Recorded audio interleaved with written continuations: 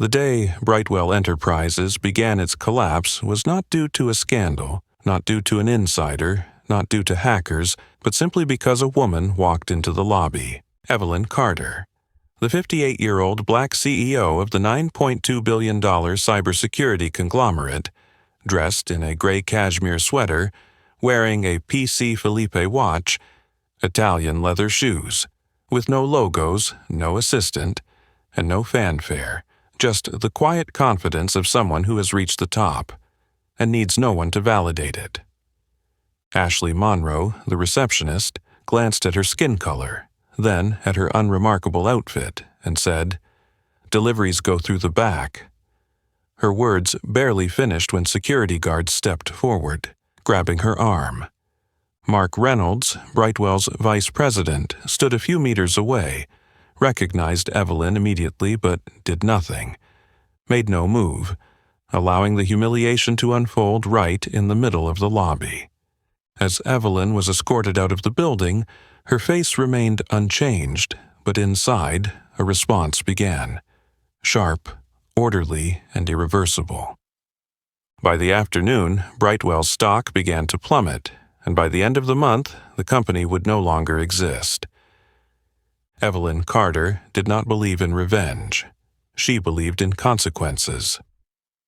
It was a Monday morning in downtown New York. The air was fresh after a light rain, and the facade of Brightwell Enterprises, one of the most rapidly rising cybersecurity firms in America, glistened under the sun. Employees filtered through the revolving glass doors, sharply dressed in suits, ties carefully knotted, leather shoes clicking crisply on the polished marble floor. Evelyn Carter stood across the street observing. The 58-year-old woman with a tall, slender frame, her curly hair neatly styled, her face calm and composed. No one in the bustling crowd knew that she was the CEO and founder of Carter Innovations, a tech empire worth over $9.2 billion, specializing in cybersecurity, artificial intelligence, and technology integration within government organizations. Today, she was not here to make an announcement, to sign a deal, or to give a speech. She was here for a simple purpose, to see how Brightwell treats those they don't know. This is how Evelyn evaluates a partner. Not through slides, but through how they treat people. No badge, no entourage, no flashy designer clothes. Evelyn wore a simple gray cashmere sweater, dark pants, logo-less Italian leather shoes, and on her wrist, a classic PC Felipe watch, a symbol of quiet success. Every detail was carefully chosen to ensure she didn't attract attention, but to anyone who understood, each item exuded an understated level of class that needed no boasting. She crossed the street. Sunlight filtered through the towering buildings, casting a slanting glow on her face. But as she entered the lobby, the atmosphere changed. Eyes darted away. A few quick glances, then quickly turned. No one smiled at her like they did the white men in suits who walked through before her. At the reception desk, the center of the large lobby, Ashley Monroe sat leisurely behind the sleek glass and steel counter.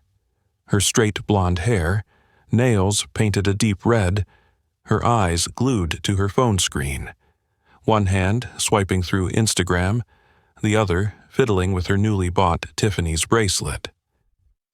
Evelyn approached, her voice calm but firm. "Hello. I have an appointment with Mr. Richard Lawson at 9 a.m. Ashley didn't look up, simply waved her hand toward the back. "Deliveries go through the back, left alley next to the truck entrance." Evelyn paused for a second, not because of shock. She had faced this many times before, but still, every time a part of her ached, not from being dismissed, but because it still existed, lingering, unchanging. Before she could respond, two uniformed security guards stepped forward. One placed his hand on her arm. "Ma'am, this reception area is for those with appointments or badges. Please move to the delivery area." Evelyn gently pulled her arm back, but her expression remained calm. "Sorry, I'm not making a delivery," she replied. "I'm here to meet Mr. Richard Lawson as scheduled. Evelyn Carter. You can check, you'll find my name." Ashley finally looked up, not out of doubt but out of disdain. She looked Evelyn up and down, her lower lip curling slightly. "Carter? Evelyn Carter?" She snorted derisively. "Oh, that name sounds familiar. But Mr. Lawson doesn't have any appointment with someone by that name, and if he did, I'm sure you wouldn't be dressed like this." A cold wave swept through the lobby. A few employees stopped in their tracks. An intern nearby pulled out their phone, but before they could start recording, a colleague gently tapped their arm to signal them to avoid trouble. And then, from the executive elevator, Mark Reynolds stepped out. Navy suit, silk tie, leather shoes so polished they could reflect the light. He walked through the lobby as usual, his eyes scanning the area. His eyes stopped. He recognized Evelyn immediately. No mistake. Her face had been on countless magazine covers. Forbes, Bloomberg, Business Insider. But Mark did nothing. He paused for a few seconds, watching her being stopped by security. Then he turned and walked away. Not a word, no motion. Perhaps he had been waiting for this moment. Perhaps he found it satisfying to see the woman with more power than him being humiliated. Perhaps he thought, this is the moment for my plan with Nexus Tech to come true. Evelyn tilted her head slightly. She had seen Mark, and she saw him turn away. The insult wasn't in Ashley's words. It was in the silence of those who knew exactly who she was. And Evelyn Carter, who had spent her life building an empire where no one could decide her worth, simply nodded. No resistance, no argument. But her gaze was as cold as steel. Only one person in the lobby, Vanessa Lewis, standing on the mezzanine, looking down. She bit her lip, clenched her fist, and knew something had just begun. Vanessa Lewis stood there, motionless, as if time had frozen behind the thick glass of the mezzanine. She looked down into the lobby, where just minutes ago, a woman revered by the entire tech industry had been treated so badly it was almost unbelievable. Evelyn Carter, with her steady posture and calm gaze, had walked through the silence of an entire system pretending not to see. Vanessa was the only black technician left standing at Brightwell. She was no stranger to vacant stares, whispered comments behind her back, and meetings where her hard work was credited to her white male colleagues. But this morning, when she saw Evelyn being grabbed by security and pushed toward the revolving doors, something inside Vanessa nearly exploded. She almost ran down, almost screamed out, almost said, "That's Evelyn Carter." But then she stayed still. Just like all the times before, she chose silence. She had tried to survive in this environment by avoiding conflict, by being smart in the conventional sense. She knew that one wrong word at that moment, and she could lose everything. She knew that. And Evelyn knew it too. 30 minutes later, the footage from Brightwell's security cameras, captured from 4 different angles, began to spread. It started in the internal Slack group of the IT department. One engineer watched it, then shared it to the Monday morning chill group. From there, nothing could stop it. The video was just over 3 minutes long, but it was 3 minutes that exposed a reality Brightwell had been hiding for years. On the screen, Ashley Monroe is seen sitting behind the reception desk, her face cold and uninterested in the guest. Then she looks up, raises an eyebrow when she hears Evelyn Carter's name. She sneers and gestures toward the back of the building. No sound, but her face and lip movements were clear. Deliveries go through the back. Then the security guards appear. One places a hand on Evelyn's arm. Evelyn pulls back, but the guard grips harder and pushes her back. The entire lobby remains silent. No one intervenes. Then, the angle shifts. A shot from near the elevators. And there, Mark Reynolds, vice president of Brightwell, stands still. His eyes lock onto Evelyn's. A brief blink. Then, he turns away, shoves his hands into his pockets, his face as calm as if he had just seen a lost delivery man. When the video surfaced on Twitter, everything exploded. An anonymous account, reportedly an insider, posted the video with the caption, "They kicked Evelyn Carter out of the headquarters of the company that was trying to partner with her." In less than 10 minutes, the video had 50,000 views. An hour later, CNN and Bloomberg were both covering the story. 3 hours later, it was shared by 3 U.S. senators and a journalist from the Washington Post with the caption, "This is why we still need to talk about racism in tech." The image of Evelyn being pushed out of the lobby, slowed down, in close-up, appeared in every article, every newscast. A black woman, empty-handed, her calm gaze, treated like a troublemaker, in the gleaming lobby of a billion-dollar corporation. In Brightwell's executive meeting room, where they were supposed to prepare for Evelyn to sign the Memorandum of Understanding, Richard Lawson, the CEO, stared at the screen. The video played right in front of him. Each second, each expression, each silent look from Mark Reynolds, undeniable. Richard's hand trembled as he grabbed his phone, dialing Evelyn's number repeatedly. No one picked up. Meanwhile, in another small meeting room, Ashley Monroe and a few colleagues were laughing quietly, unaware of the storm brewing outside. A staff member knocked on the door, whispered something.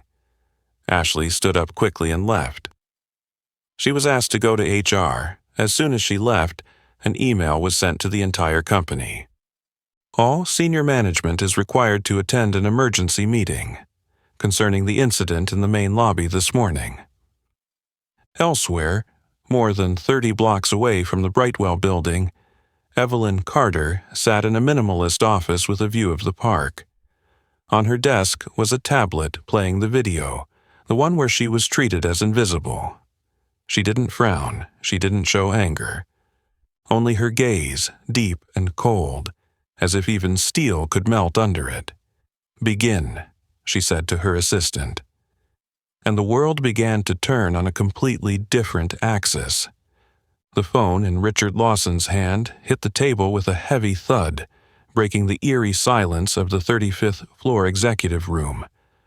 The screen still displayed a still frame from the video. Evelyn Carter standing at the reception desk. A security guard gripping her arm while Mark Reynolds walked by, seemingly oblivious.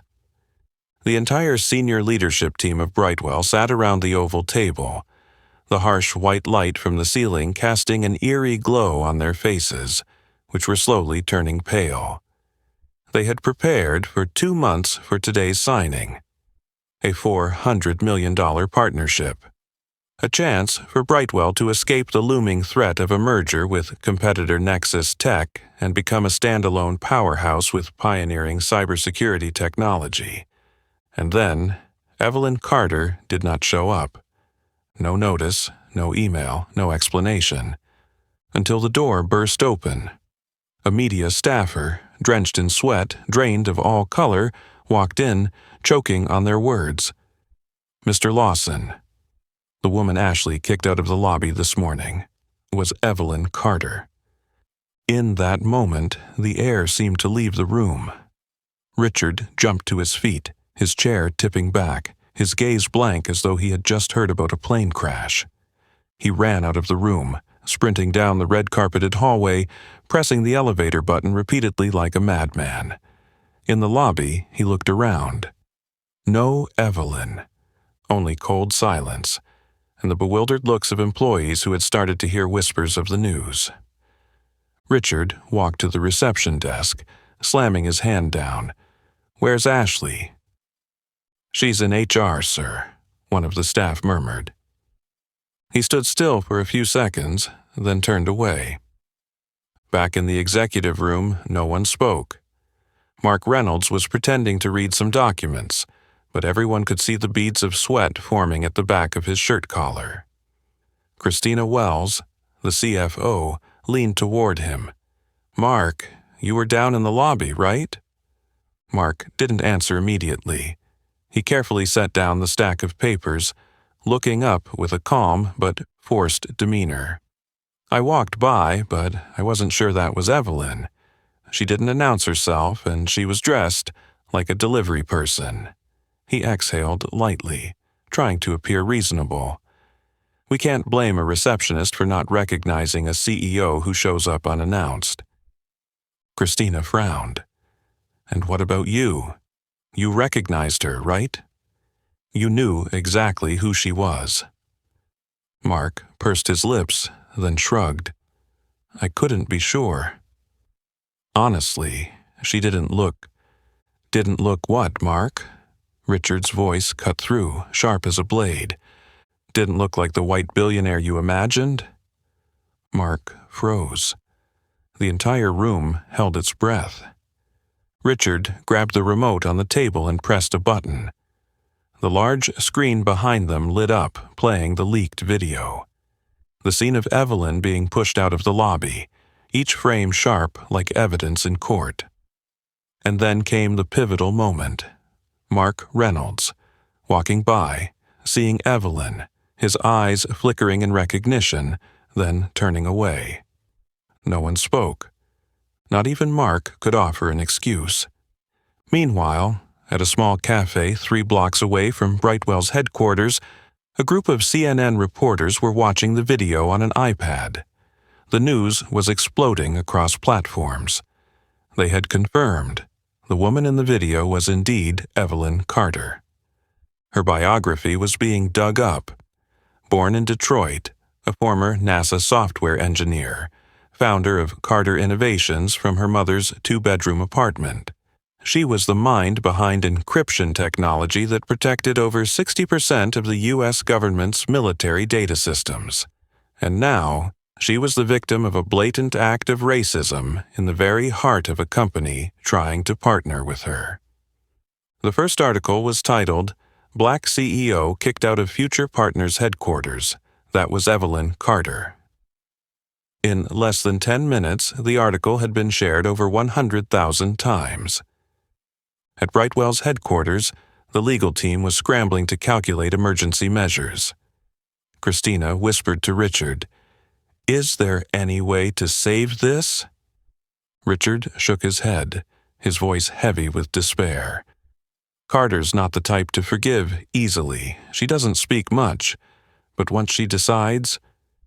He looked up at the screen, where Evelyn stood silently in the video. No shouting, no retaliation, just cold eyes and a calmness that could kill. "She'll turn silence into action." Richard turned to Mark. "You knew who she was. You stayed silent. And now, watch as Brightwell crumbles because of a cold, silent nod." As the final frame of the video closed on the meeting room screen, Evelyn Carter calmly stepping through the revolving door with a terrifying tranquility, the entire room fell into a deathly silence, as though at a funeral. But elsewhere, silence was being wielded as a weapon, deadly and precise. Inside the sleek black Bentley, speeding down Wall Street, the heart of Manhattan's financial district, Evelyn Carter sat in the back, her posture straight, her gaze fixed ahead, but not truly focused on anything. She didn't need anger. She didn't need to cry. She didn't need noise. Because Evelyn had never reacted emotionally. She acted strategically. She picked up her phone and dialed a single number. When the person on the other end picked up, her voice was low and deliberate. "Jessica. Cancel all negotiations with Brightwell. No meeting, no apology letters, no negotiations." A brief pause. Evelyn loosened the strap of her PC Felipe watch, as if adjusting the rhythm of a battle. "And activate Plan Delta." No one knew the full details of that plan, except Evelyn and a few trusted allies. But anyone who had ever crossed paths with Carter Innovations knew, once Evelyn Carter made her move, she didn't just sever ties, she made her enemies disintegrate from the roots. On the mezzanine floor of Brightwell's headquarters, Vanessa Lewis had not left her post. She had just stepped away from the railing when her phone buzzed softly in her pocket. A message from an unknown number. Just one line. "I'm Evelyn Carter. You witnessed what happened, and you stayed silent because I understand the cost of a voice. Meet me at 8 a.m. tomorrow at the Emerson Hotel." Vanessa stopped in her tracks, standing still in the empty hallway. She read the message over and over, her heart pounding like a drum in her chest. Evelyn wasn't angry. She wasn't threatening. She was simply confirming one thing she had seen. And without saying a word, Evelyn knew why Vanessa had stayed silent. Vanessa had worked at Brightwell for 6 years. She was the only black person in mid-level management. She had been underestimated no less than 10 times, had her research stolen twice, and was almost fired just for not participating in the team's happy hour culture, a party full of people who didn't look like her. But she had survived, had endured, by learning how to stay silent to survive. And Evelyn Carter, with a brief glance this morning, had seen it all. Vanessa typed a simple response: "I will be there." Meanwhile, on the higher floors of Brightwell, Mark Reynolds had retreated to his private office. The door was shut, the curtains drawn. He powered on his personal laptop, not connected to the internal system, and began accessing an encrypted email address. He knew the plan had started. Evelyn wouldn't forgive, but he wasn't worried, at least not yet. Because Mark had planned ahead. If Carter Innovations pulled out, Nexus Tech, Carter's biggest rival, would take over Brightwell. And then Mark would be the one leading the transition, receiving the multi-million-dollar golden parachute. His fingers flew over the keyboard, sending a short message. "Eagle has left the nest. Plan B can be activated." Sent to James Harper, CEO of Nexus Tech. Mark leaned back, closing his eyes, thinking everything was still under control. But what he didn't know was, the moment he hit send, his email had been extracted by a hidden monitoring system deep within Brightwell's network, a program that Carter Innovations had installed 2 weeks prior in preparation for their partnership. The program had just sent the entire content to Evelyn Carter's private server. That afternoon, the headquarters of Carter Innovations was livelier than usual. The strategy room held an emergency meeting. The legal team was preparing new files. The PR department was drafting a press release with the embargo time scheduled down to the minute. Amidst this machinery, Evelyn Carter spoke very little.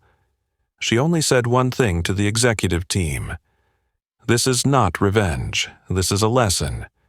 They will understand. Respect is not a request. It is a condition for survival." No one objected, because everyone knew when Evelyn Carter used silence, it wasn't weakness. It was a form of power, sharp as a blade, silent as underground water, but strong enough to sink an empire. That evening, Vanessa Lewis sat at her desk in her small Brooklyn apartment, editing every word of her resume. She knew tomorrow's meeting would change everything. But for the first time in years, she didn't feel afraid. She only felt relief. Outside, social media was still buzzing. The hashtag #IStandWithEvelyn began trending. Other CEOs were speaking out. An article in the New York Times read, "Evelyn Carter doesn't need to shout, she just needs to look," and the whole system trembles. Social media continued to explode through the night. On Reddit, a thread titled, "Brightwell just blew a $400 million deal by being racist," topped the trending section. On LinkedIn, CEOs shared an article titled, why corporate culture is more important than any contract. And in private venture capital groups, one phrase was repeated over and over: Evelyn Carter has cut them off. In another world, the ground floor of Brightwell's headquarters, Ashley Monroe was still living in her own bubble of perception. She sat with one leg crossed behind the reception desk, holding a now cold latte, recounting the morning's events to a few colleagues on the afternoon shift. She gestured dramatically as if reenacting the scene where she kicked Evelyn out. Laughing, she emphasized, "She just stood there, acting like she was someone's boss. I made it clear, no appointment, go through the back, then I called security, and guess what? They threw her out." The group laughed, some of them pretending to enjoy the story, not because they thought it was funny, but because Ashley was still backed by Mark Reynolds. But the atmosphere changed abruptly when Jennifer, the afternoon receptionist, walked in, phone in hand, her face pale as if she had seen a ghost. She interrupted Ashley with what was almost a scream. "Do you know who she is?" "Evelyn Carter." The group went silent. Jennifer walked closer, her voice trembling with anger. "She's the CEO of Carter Innovations, the person Richard's been negotiating with for 6 months, the only one who could save this company from being swallowed by Nexus. And you just kicked her out like she was garbage." Ashley froze. Her face turned as white as paper. The first words that came out of her mouth weren't an apology, but an instinctive defense. "No way. It couldn't have been her. She didn't look—" She stuttered, her words faltering mid-sentence. Jennifer narrowed her eyes, her voice sharp as a knife. "Not look what, Ashley? Not look like a billionaire? Or not look like someone you think should be in this lobby?" The last words echoed loudly in the silent lobby, like a nail being driven into the coffin of a career. Upstairs, things were even worse. The executive team had just received an urgent email. Brightwell's stock had dropped 12% in 1 hour. 2 out of the 5 major investors had begun pulling out. Financial advisors were calling nonstop. A series of meetings had been canceled in just 30 minutes. Christina Wells, the CFO, walked into Richard's office, her eyes wide but failing to hide the panic. "A third bank just requested a review of our partnership files. It looks like they're going to cut off our credit limit in the next 24 hours. Richard put his head in his hands. He understood. This wasn't just a financial collapse. It was a chain reaction. When one investor pulls out, others will follow. When clients lose faith, all the reassurances in the world become meaningless. Richard whispered almost to himself, "Evelyn has made her decision. And she doesn't need to do anything else. Let the market do the rest." On the west wing of the building, Mark Reynolds was walking briskly toward his private office, trying to maintain a calm appearance. But inside, he felt every layer of the walls around him crashing down. The plan with Nexus Tech, the golden parachute, the chance to become CEO in the merger deal. Everything suddenly seemed unstable.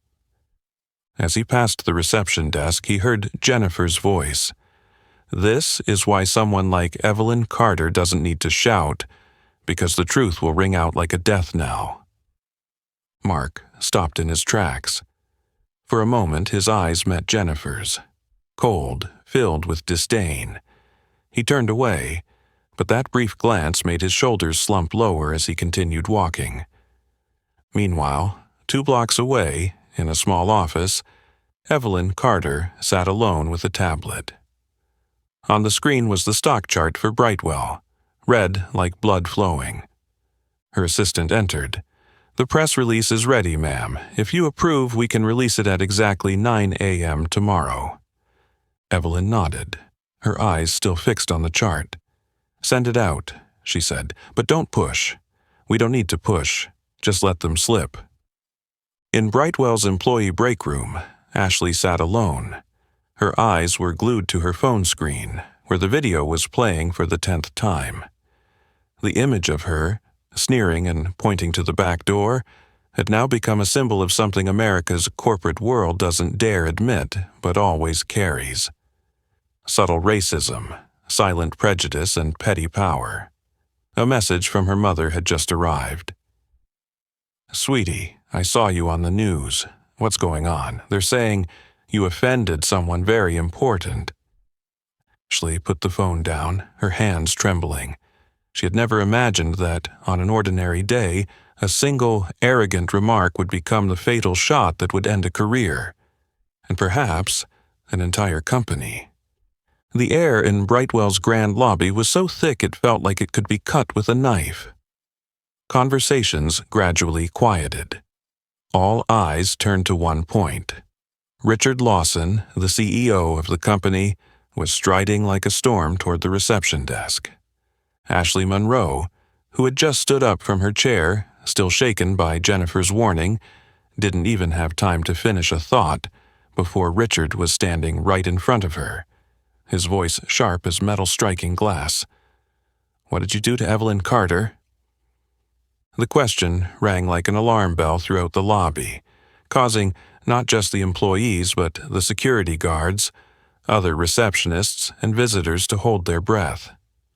Ashley opened her mouth, but no sound came out. Her eyelids fluttered. Her throat was dry. Richard didn't wait for an answer. He slammed both his hands on the desk. "Do you know who she is? Evelyn Carter, the founder of Carter Innovations, the person we've been negotiating a $400 million strategic partnership with.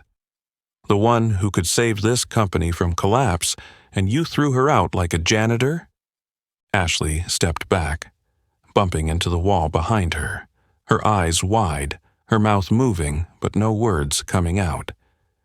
"But she didn't look like—" "Didn't look like what?" Richard yelled. "Not like who? Not like someone you think deserves to walk through that door?" His last words landed like a hammer blow. Ashley lowered her head, tears welling up, but there was no defense, no justification. There was nothing to justify.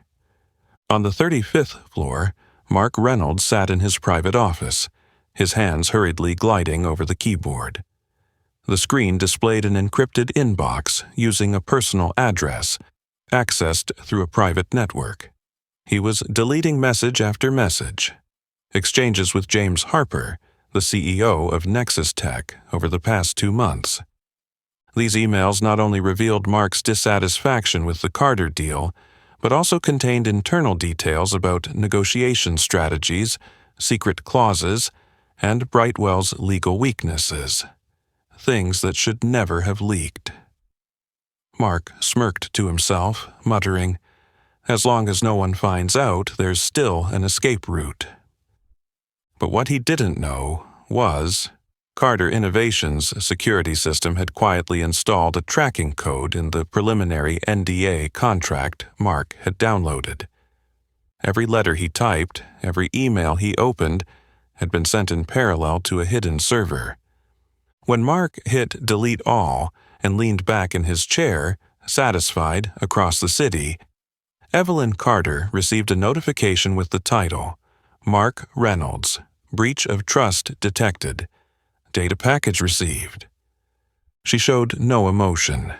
She simply closed the laptop and said to the legal advisor standing beside her, "Prepare the file for the SEC and send a copy to Richard Lawson."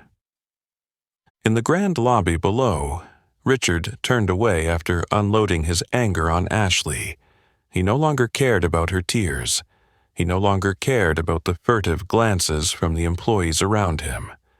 All he could see was the heart of the company he had built for 20 years cracking, the cracks spreading like a spider's web. As he stepped into the elevator, his phone buzzed, an email from Carter Innovations.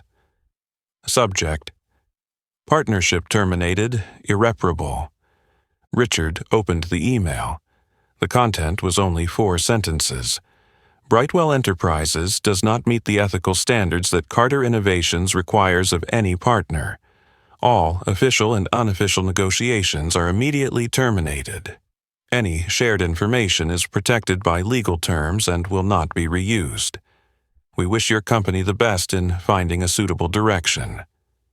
No best regards, no opportunity to make amends. Just an ending, clean and cold. That evening, Ashley Monroe returned to her small apartment. She took a long shower, almost trying to wash away the filth that had clung to her skin all day. But nothing could erase that feeling. When she turned on the TV, her own face appeared on screen.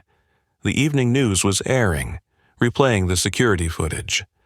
Ashley's face, looking up, glancing down, sneering, then turning back to her desk as if she had just dealt with an annoying fly, was clear in the frame. The commentator spoke slowly. Ashley Monroe, a receptionist at Brightwell Enterprises, has become the target of criticism after she kicked CEO Carter out of the company's lobby with what has been described as discriminatory and unprofessional behavior. The incident was recorded from 4 security angles, and to date, no official statement has been made by Monroe herself. Ashley collapsed onto the floor. She knew she was no longer just a person. She had become the name forever tied to the biggest failure in Brightwell's history, a red mark that would follow her for the rest of her career. Meanwhile, Vanessa Lewis was preparing her file for tomorrow's meeting. She was reprinting an old report, revising the presentation on the AI system she had developed but had once had stolen by her former boss. This time, she knew she would be heard. She looked in the mirror, seeing her gaze steadier than ever before. Because she knew. Evelyn had seen, and Evelyn had chosen her. The next morning, when Richard walked into the emergency board meeting, the large screen displayed Brightwell's stock chart, continuing its freefall. Beneath the chart was a headline from Forbes. Carter Innovations officially cuts ties with Brightwell, a lesson in arrogance and silent contempt. There was no sound in the room, only the sound of collapse spreading in each tile on the floor, like the heart of an entire company breaking. Inside Brightwell's executive meeting room, the light from the large screen reflected off the faces that were slowly losing their color. The stock chart, blood red, took up half the screen, while the other half displayed a headline from Forbes, hitting like a final blow. Carter, Innovations officially ends all negotiations with Brightwell, a lesson in arrogance and blindness in corporate culture. But that was only the beginning. Less than 20 minutes after the meeting started, Christina Wells, the CFO, received an urgent email, the subject line clear. Notification from Carter Innovations Legal Department. Criminal complaint filed with the U.S. Department of Justice. Subject, Ashley Monroe. Richard Lawson flinched when he heard Christina read aloud the contents. Ashley Monroe, receptionist at Brightwell Enterprises, is accused of 3 offenses. 1. Intentional racial discrimination in a corporate environment. 2. Assault, the act of grabbing and pulling the arm of an unconsenting individual. 3. Obstructing commercial cooperation between 2 legal entities under Clause 4.7, Federal Trade Law. The room fell silent. A few people exchanged glances, others lowered their heads. Richard pressed his hand to his forehead, speechless. He knew. Evelyn wasn't just leaving. She was dismantling Brightwell from the inside out, layer by layer, individual by individual. In another development, that same morning, another email was sent from Carter Innovations' inbox, spreading to thousands of addresses in the tech world, including CEOs, investment funds, and legal advisors of nearly 30 Fortune 500 companies. Carter Innovations officially ends all negotiations with Brightwell Enterprises on ethical grounds. The incident on the 12th of this month has seriously violated our principles of collaboration. Below is evidence taken from our surveillance system recording discriminatory, violent, and disrespectful behavior in the workplace. Attached was a link. A 3-minute video with no commentary, no background music. Just raw truth recorded from 4 angles. A high-angle shot capturing the entire lobby. Evelyn Carter standing in front of the reception desk, her arm being held by a security guard.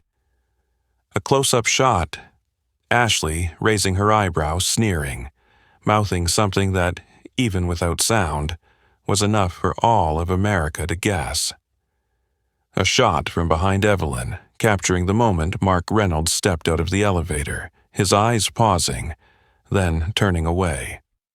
And finally, a close-up from the mezzanine, where Vanessa Lewis stood, fists clenched, her eyes torn between courage and fear.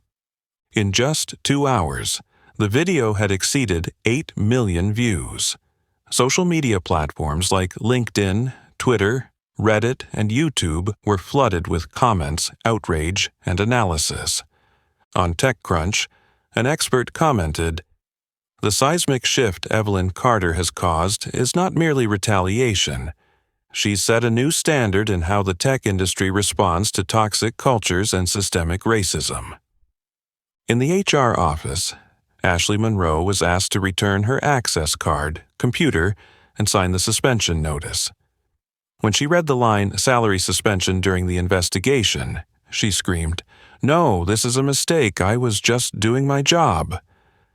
But the HR staff said nothing. They exchanged looks and continued reading the emergency procedure. Ashley threw the file down on the desk, then collapsed into the chair.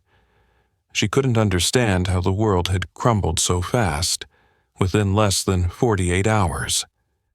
One of the HR team members, who had been made to run errands by Ashley countless times without thanks, softly said, "No one taught you the difference between right and wrong. But Evelyn Carter will teach you by making the entire nation see." On the 35th floor, Mark Reynolds had just received an email with the subject, "Notice: Internal account temporarily suspended for internal investigation." Immediately after, his computer screen locked. A message appeared. "Please wait for legal staff to contact you. Access has been disabled under Level 3 security terms." Mark exhaled sharply, his hand clenched. He knew.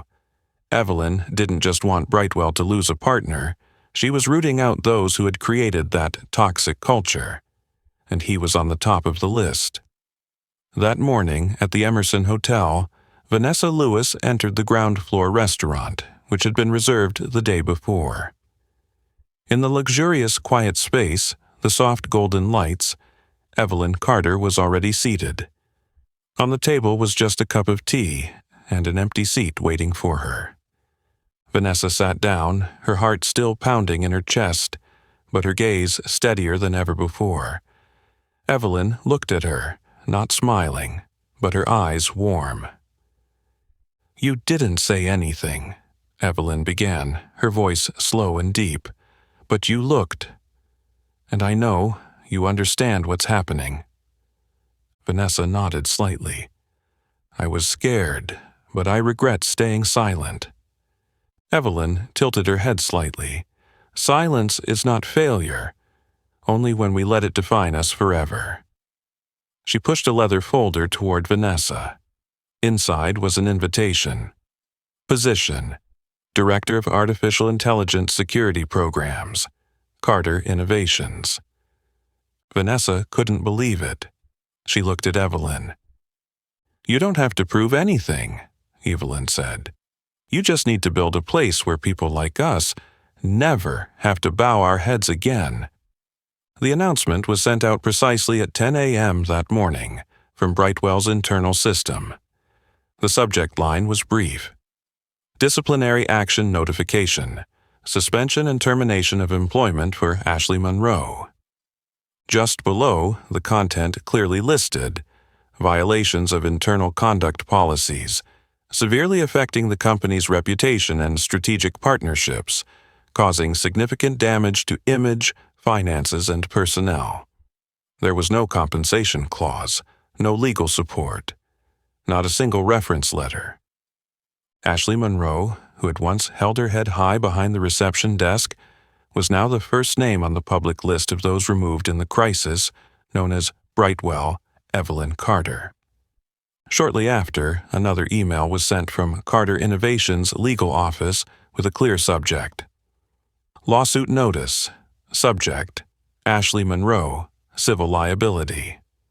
The content included 3 charges: intentional racial and age-based discrimination, violating the Workplace Anti-Discrimination Clause under federal law.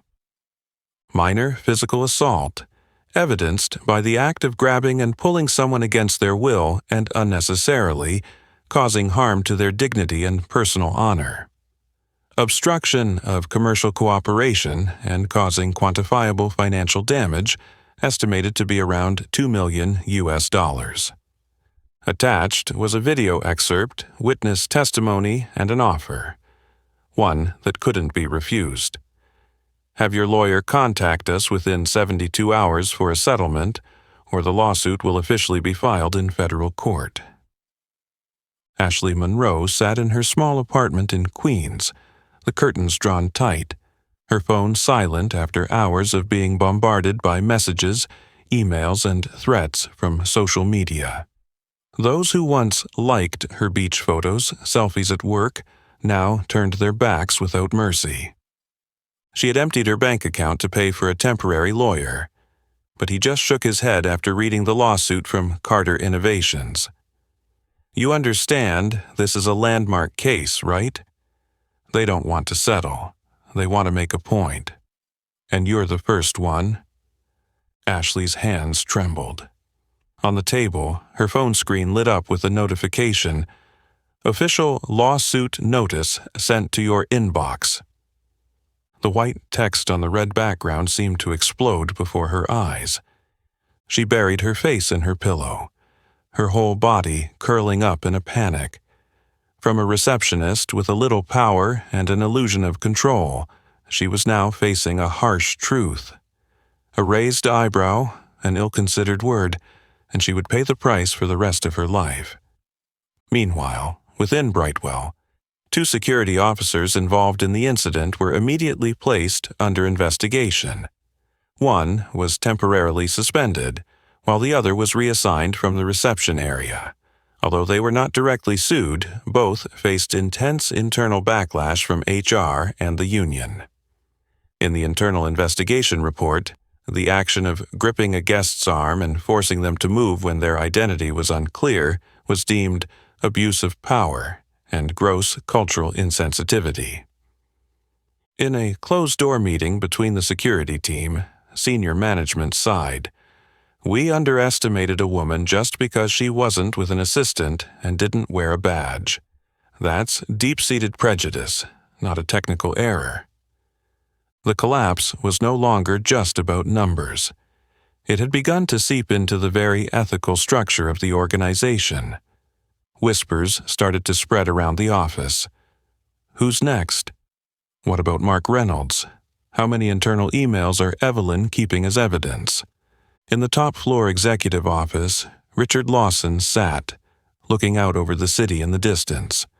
But instead of the proud towers of Manhattan, he only saw his own reflection blurred on the glass. His secretary entered and placed a new document on his desk, the resignation letters of 3 regional directors. Beneath it was a marked file labeled Urgent SEC requires cooperation on suspicious transactions. At the same time, on his computer screen, a fresh article had just been published on the Wall Street Journal. Evelyn Carter files her first personal lawsuit. Brightwell is no longer just a company in crisis. It is becoming a symbol of an era's failure in corporate culture. Richard closed his eyes. He knew. The first to fall wasn't Ashley. It was the pride of an entire system, shattered by Evelyn Carter's silent gaze. The news about the first personal lawsuit filed against Ashley Monroe was still fresh in the noon broadcasts when a second, even more seismic wave was about to hit. But this time, the target was not a receptionist, but one of Brightwell's most powerful pillars. On the 35th floor, Richard Lawson had just set his coffee cup down when his personal assistant walked in, her face ashen. "You need to see this immediately." She handed him a printed file from the internal system. At the top of each page, the red stamp from the U.S. Securities and Exchange Commission (SEC) was clearly visible. Richard flipped to the first page. The headline read like a knife's edge: "Preliminary investigation opened on Mark Reynolds, suspected of corporate espionage, abuse of power, and investor fraud." He looked up. "Is this real?" The assistant nodded, swallowing hard. Evelyn Carter just sent the entire data set to the SEC, including all emails, transaction histories, and virtual meeting logs. Everything proves Mark has been secretly negotiating with Nexus Tech while negotiating with Carter. A few hours earlier, in Carter Innovations headquarters, a closed-door meeting was underway. Evelyn sat at the head of the table, facing legal representatives and policy advisors. On the screen was a series of decrypted emails, arranged chronologically, all sent from Mark Reynolds' personal email to James Harper, CEO of Nexus Tech. One email mentioning a plan to obstruct the deal with Carter. One email discussing merger valuation if Carter pulls out. An attachment containing a summary of Brightwell's internal financial structure, data that had never been made public. Evelyn spoke very little. She simply nodded once and signed the document.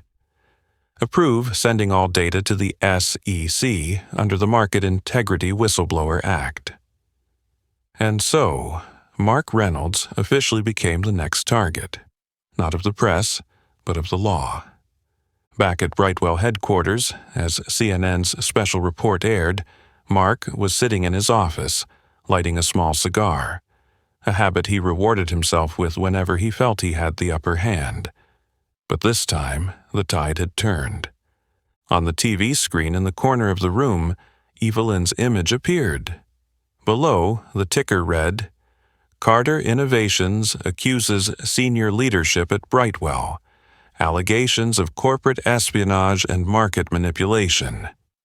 Mark jumped to his feet, his face draining of color. He rushed to his computer, but it was too late. His email system was locked. His administrative access account had been deactivated.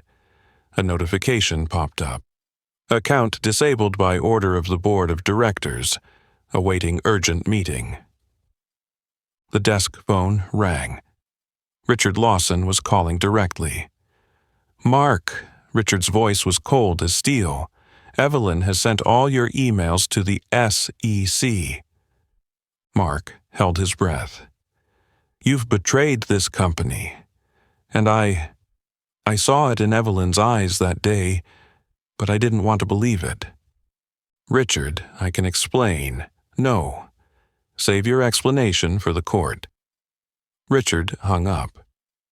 That afternoon, the Brightwell Board of Directors held an emergency meeting that lasted 45 minutes, after which they announced, "Mr. Mark Reynolds has been suspended from all positions, pending an independent investigation into allegations of corporate espionage and violations of internal ethics." At the same time, the SEC issued a statement confirming the opening of a preliminary investigation, stating, "Based on data provided by a business partner, there is evidence suggesting Mr. Mark Reynolds, Vice President of Brightwell Enterprises, provided internal financial information to a third party, causing serious disruptions to market structure and unfair competition." On social media, the hashtag #Brightwell Trader began to trend. No longer was Ashley being criticized. Now, Mark Reynolds had become a symbol of betrayal, exploitation, and corruption in the executive world. That evening, in his suburban apartment, Mark sat alone, no cigar burning in his hand. He opened his personal email, the only account he still had access to, and saw a new message. From Carter Innovations Legal Team. Subject: personal lawsuit. Charges: abuse of trust and sabotaging strategic partnership. He threw his phone down onto the floor, but it only made a small clink, not enough to drown out the sound of his heart breaking. In Carter Innovations' conference room, an assistant walked up to Evelyn Carter and handed her a printed article from Harvard Business Review. She skimmed it and nodded. On the cover of the magazine, the headline stood out, "Evelyn Carter, When Silence Becomes Justice." After the revelation of Mark Reynolds' scandal, the investment world could no longer be patient. The silence from Brightwell's executive team was no longer a sign of calm. It was the signal of a sinking ship. In just 72 hours, Brightwell lost over 60% of its major corporate clients, including 3 national banks, 2 telecommunications financial groups, and a supermarket chain that was testing their security platform. The reasons provided by the clients were almost identical: loss of trust in Brightwell's ethics and internal controls. The final blow came on Tuesday morning, when the U.S. Defense Contract Management Agency officially announced the cancellation of the ongoing agreement with Brightwell Enterprises, citing uncontrollable security risks due to lax internal structure and the potential for data leakage from the executive team. Richard Lawson read the news through the internal email, paralyzed.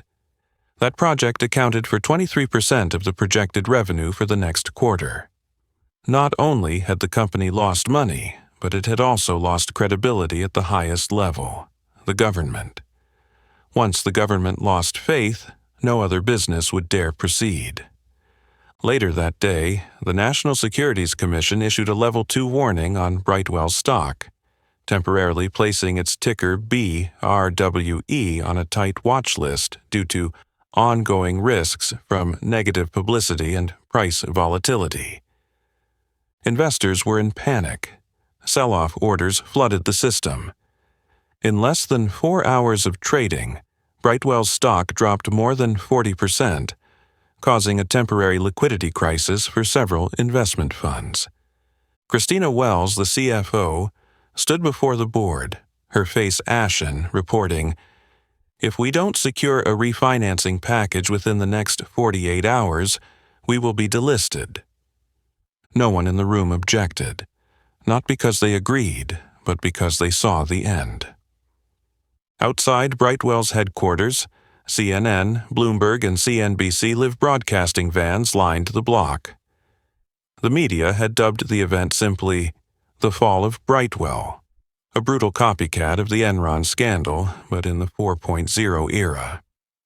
On a live financial analysis show, the host spoke. What caused Brightwell's collapse wasn't just a personal mistake, but a series of errors stemming from a culture of arrogance and subtle discrimination that has been nurtured over the years. Evelyn Carter didn't create this storm. She simply held up a mirror to them. At Carter Innovations' office, when Evelyn was asked in a brief interview whether she regretted pushing a major company to the brink of bankruptcy, she simply answered, "I didn't destroy Brightwell. They destroyed themselves. I just stopped letting them hide it." Mark Reynolds received the delisting news while preparing his legal response to the SEC. He picked up the phone and dialed Richard automatically, then stopped midway. He knew no one would pick up. By now, Richard Lawson had been suspended, pending an investigation into his management responsibilities. The board of directors had met privately that morning and officially announced, CEO Richard Lawson will be temporarily suspended to facilitate an internal investigation and report to shareholders.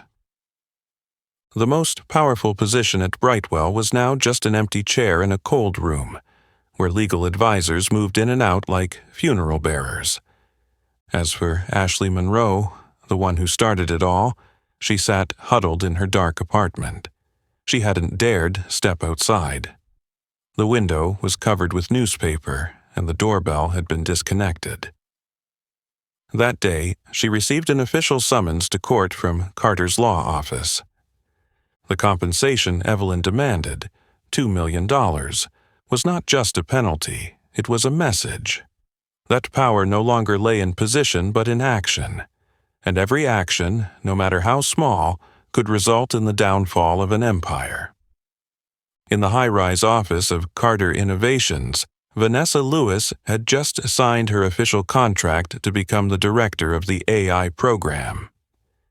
Evelyn stood beside her, looking out over the New York City skyline.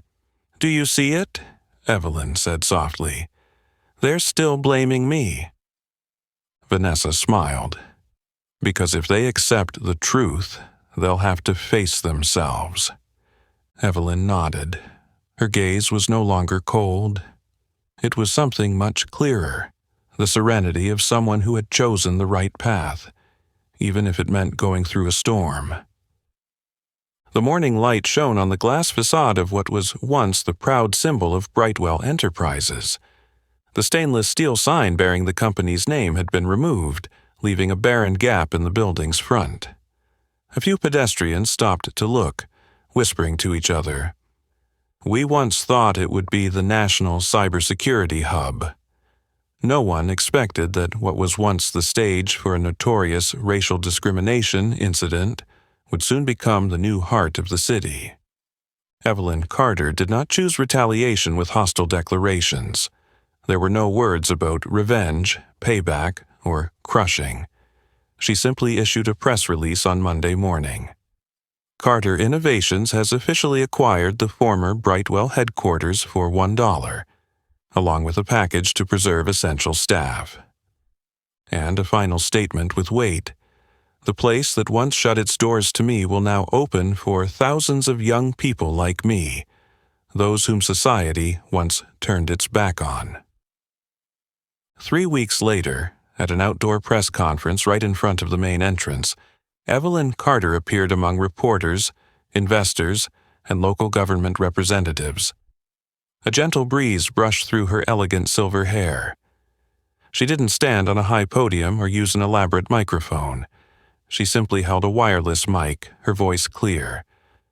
"Today, I'm not just buying a building. I'm reclaiming an icon, and I'm rewriting its definition." She turned slightly, pointing at the tower. The former Brightwell headquarters will no longer be a fortress for outdated privileges.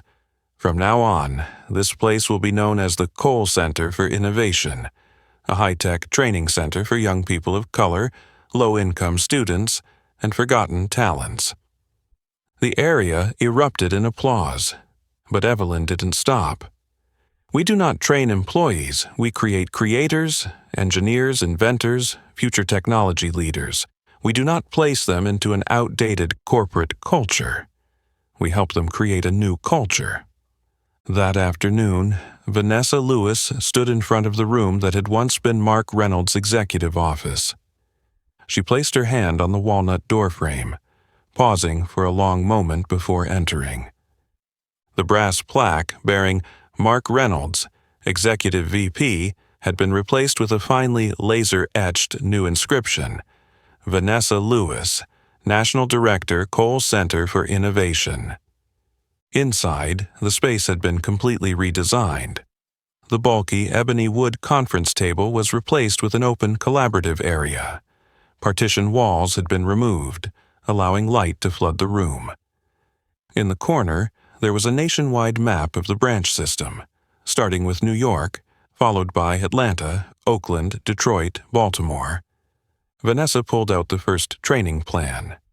It outlined a 6-month curriculum, an applied AI academy, a course on cybersecurity, automated response programming, and an internship program at Carter Innovations. She took out her phone, sending a brief message to Evelyn. "The tech team is ready. The first batch of students will start in 3 weeks." The reply came back with a single line. "Excellent." And this time, no one will be asked to go through the back door. In a live interview on Bloomberg TV, when asked why she chose the name Cole instead of Carter for the center, Evelyn smiled lightly. "That's my mother's surname.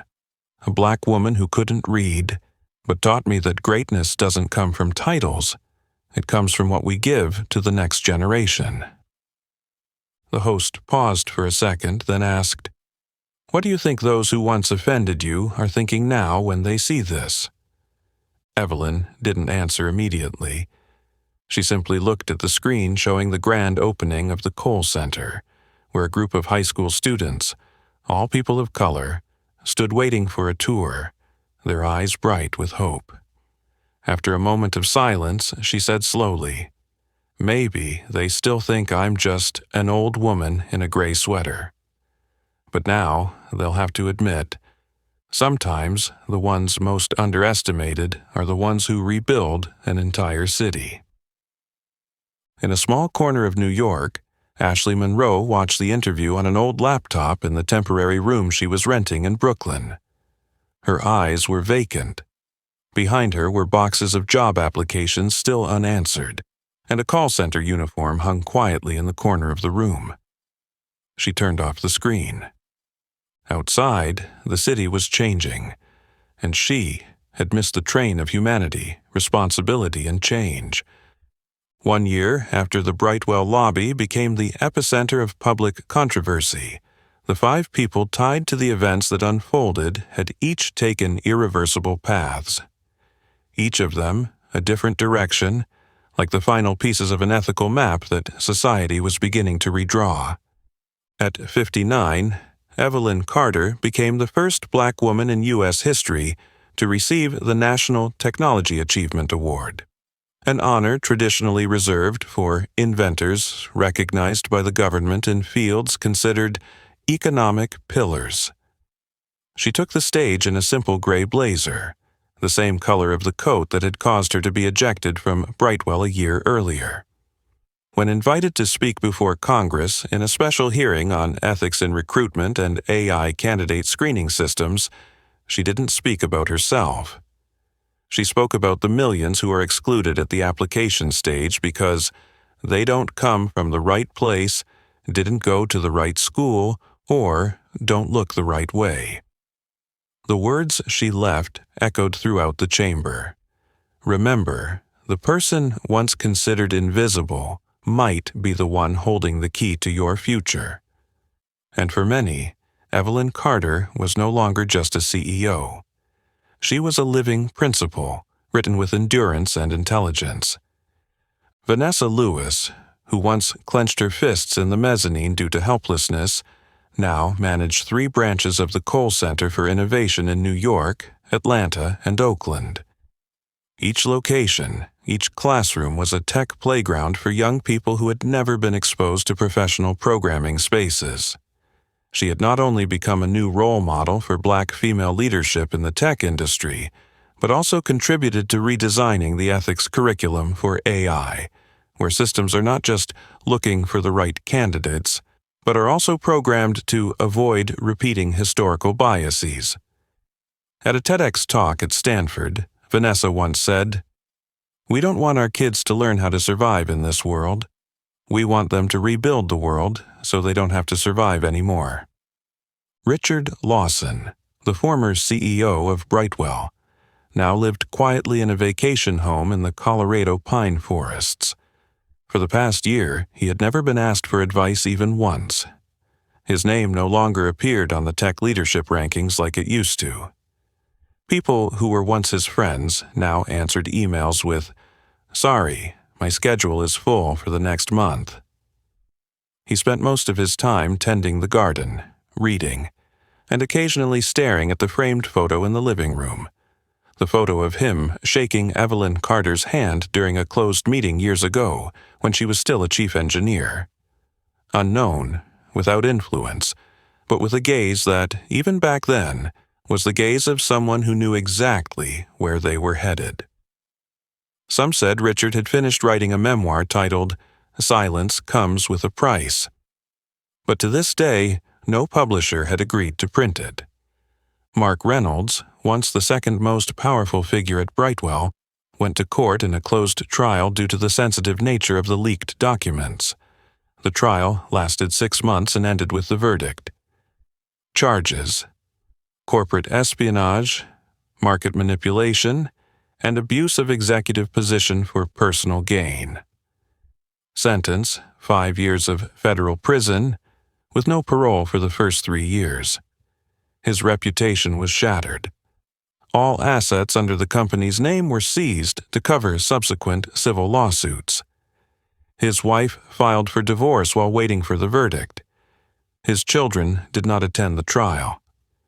A few days after the verdict, a reporter snapped a photo of Mark being escorted into a prison van, dressed in an orange jumpsuit. He bowed his head not out of remorse, but because there was nothing left to lift. Ashley Monroe, who once sat behind the reception desk with a sneer, now worked the night shift at a small customer service center in the suburbs, earning $14.50 per hour, with no benefits, no opportunities for advancement. She lived in a shared apartment with 2 strangers, walking 40 minutes every day to the train station for her shift. Her LinkedIn profile had been deleted by thousands of negative reviews. Every time she applied for a new job, recruiters only needed to type Ashley Monroe plus Carter to reject her without even reading her resume. Occasionally, when there were no customer calls, Ashley would secretly pull up her phone and rewatch the video of herself from the security cameras that day. She'd slowly scroll to the part where she sneered, saying, "This is not a social services center." She used to think it was a joke, but now she realized it was fate, a fate that she had spoken into existence herself. 5 people, 5 destinies, and at the center of them was a single moment that once unfolded in the marble-clad lobby. A look of contempt, a silent frown, a handshake that never came, a hand being brushed aside, a dream being crushed, and then rewritten by the very hand of the person once considered invisible. On a May morning, the sunlight streamed through the transparent glass of the building that once bore the name of Brightwell Enterprises. That name had disappeared without a trace, replaced by a new inscription, etched deeply into a shiny brass plaque affixed to the front entrance. Cole Center for Innovation. A place to begin again. Today marked exactly 1 year since Evelyn Carter was kicked out of this very place for her skin color, her age, and for wearing a plain gray sweater with no famous logo. And exactly 1 year later she returned, not as someone knocking at the door, but as the one holding the keys to the entire building. Evelyn walked slowly through the familiar lobby, the place where there used to be skeptical glances, hands that held her back with a suppressive attitude, and words echoed from prejudice. Now. Only the sound of children's shoes running past in light blue uniforms, their eyes shining with excitement, and their voices echoing, "Hey, this code runs now. Did you add the conflict check? Otherwise the server might crash. Next Friday, we're visiting Carter Innovations, right?" The entire space seemed to have been reprogrammed, not through technology, but through a new spirit. Evelyn stood still in the lobby. No tears, no condemnation of the past. She only smiled, a quiet, enduring smile, just like her life. On the 3rd floor, where the former Brightwell Executive Meeting Room had been, now transformed into the Innovation Lab, an open space with over 40 high-performance computers, virtual reality equipment, and digital boards for group algorithm programming. At the back of the room, Vanessa Lewis, now the National Director of the Cole Center, was guiding a group of 11th grade girls in designing a user behavior analysis algorithm that doesn't collect personal data. "We're not just learning technology," she said. "We're learning how to hold ethics in the hands of code. That's how you change the world." The atmosphere of the Cole Center felt nothing like a traditional educational institution. It resembled an incubator, a place where seeds that had been cast out from fertile soil were now nurtured with trust and knowledge. The first batch of students had already achieved incredible results. 6 students secured internships at Carter Innovations. 3 small startup groups received funding from angel investors. One student, Malik Foster, 17, was invited by NASA to join their Young AI Technician Training Program. All of these names, if they had stayed outside, would have likely been filtered out in the very first step due to attending underfunded schools or lacking sufficient extracurricular activities. But now, they didn't need to pass through someone else's gate to prove themselves. They were opening their own doors. In the glass-walled office overlooking the main lobby, Evelyn welcomed a group of federal lawmakers who came to survey the center's model. She introduced them without fanfare, simply taking the guests on a tour, stopping by classrooms and listening as students presented their startup ideas for a school violence alert system using decentralized data. One of the lawmakers, who had previously opposed federal funding for centers like Cole, stood silently for a long time. After the tour, he quietly said, "I was wrong. This model is the future of America." Evelyn simply responded, "I don't ask anyone to apologize. I just want them to change." Down in the lobby, a group of first-year students were taking commemorative photos in front of the center's entrance. One of them, Jada, held up her phone, recording a short video. Back then, she got kicked out of here just because she didn't look like a real CEO. And now, we call this place home. She raised the camera to capture the entire building. A place that once pushed talent out is now the shelter for a generation creating the future. Across the city, in an old apartment near the train station, Ashley Monroe was folding her uniform for the night shift. Every evening, she sat behind a screen, receiving hundreds of calls from frustrated customers, replying with a scripted response. No one called her tough receptionist Ashley anymore as they had a year ago. Now, that name was only associated with a moral lesson in many MBA programs' corporate ethics curricula. Small actions, big consequences. She once said, "This is not a social services center." And now, she had to ask for a job at a place where her dream was reduced to $14.50 per hour. A year had passed. Brightwell was no more. Evelyn did not seek revenge, but life had sprouted from the very place once covered in prejudice. On a May morning, the bell signaling the end of class rang gently through the ceiling speakers. The students in the Building Ethical AI Systems course hurried to pack up their laptops and notebooks, preparing for the special talk that the center had announced a week prior. In the large auditorium on the 4th floor, once the high-level seminar room of Brightwell, there were no ties, no PowerPoint presentations, no business strategy charts. Only a woman in a simple gray blazer sitting in front of hundreds of students of color, children of workers, farmers, and immigrants. She was Evelyn Carter. And she didn't need an introduction. As the lights dimmed and everyone settled into their seats, Evelyn stood up. She didn't walk up to the podium meant for speakers. She walked down the aisles between the rows of students, walking among them like a teacher, not a CEO. She paused in the middle of the room, turned around, and her calm voice resonated. No microphone, no need to convince. You ask me, what was the biggest obstacle in building Carter Innovations? The answer is not money, not technology, and not politics. She looked around the room. The biggest obstacle is invisibility. It's when you walk into a room and people don't see you. Not because you aren't good enough, but because their eyes aren't programmed to see people like you. A student in the front row nodded gently, as if recalling the time they had been passed over for a scholarship interview simply because they were not leadership material. Evelyn continued, her voice growing quieter but sharper than ever. And then someone will tell you, try twice as hard to be treated almost fairly. Sounds reasonable, right? But no, that's a cognitive trap. Because when you push all your energy just to be seen, they're still setting up systems to keep not seeing you.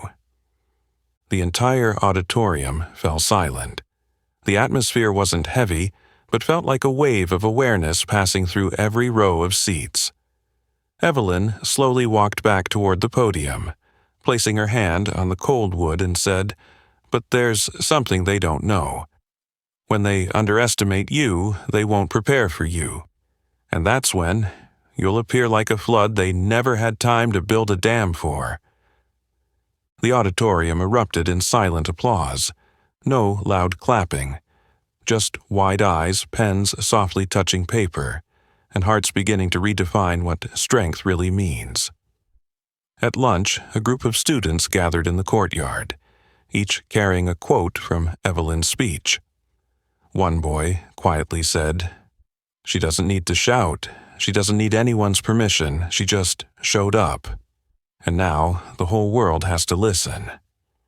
Later that afternoon, Vanessa Lewis was reviewing the expansion plan for the Cole Center to Chicago and Houston.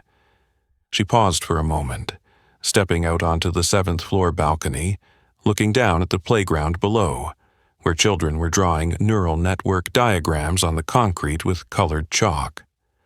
A colleague came up beside her, whispering, "You know, Evelyn was once thrown out of this building by Ashley with no help. Now, though," Vanessa replied without taking her eyes off the playground, "now she teaches a whole generation how to walk in, without needing a door to be opened." That evening, in a quiet office, Evelyn handwrote a letter. She didn't send it. She didn't sign it. Just a few lines.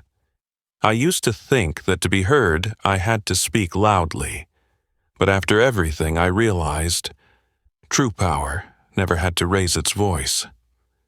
She folded the letter and placed it in a drawer next to an old photo frame, a picture of her mother, a black woman who couldn't read, who once held her daughter's hand and said, "If they won't give you a seat, bring your own chair."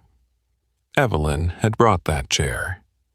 And then she built a whole building around it. When Evelyn folded the letter she hadn't sent, the sky over New York had already darkened. The lights from the floors of the Cole Center for Innovation gradually turned on, like stars rising from the very ruins of the past. 1 year ago, this place had been a symbol of hierarchy, arrogance, and silent nods to injustice. Now it was the launch pad for a generation that had never been seen the right way. And Brightwell, a name that had once dominated the technology rankings, now only existed in modern history classrooms as a living example of what happens when a company places reputation above integrity. But strangely, that collapse left no ashes. It left a seed of life. Just 18 months after the incident at the Brightwell lobby, more than 17 centers named after Evelyn Carter were established in major cities across the United States. From Chicago, Houston, Oakland, to Detroit, Philadelphia, and Charlotte. Not a single center was funded by the government, but by private funds, awakened businesses, and especially individuals who had once remained silent. The name Evelyn Carter was no longer just a name. It became a living reminder that respect is not a privilege granted to the respected. It is a mandatory responsibility for those in power, and if power ignores this, consequences will come. Not through protests, not through violence, but through strategic actions. At an international technology seminar in Geneva, when a representative from a large tech company asked Evelyn, "What do you think caused the entire ecosystem to shift because of one incident?" she simply smiled softly. It didn't start with the incident. It started with how people stayed silent in the face of that incident. And then, everyone paid the price. The change didn't stop with students.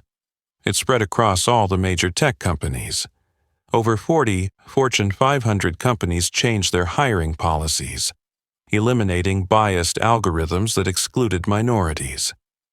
An alliance called No More Silent Lobbies was formed, forcing companies to publicly disclose their processes for handling discrimination complaints.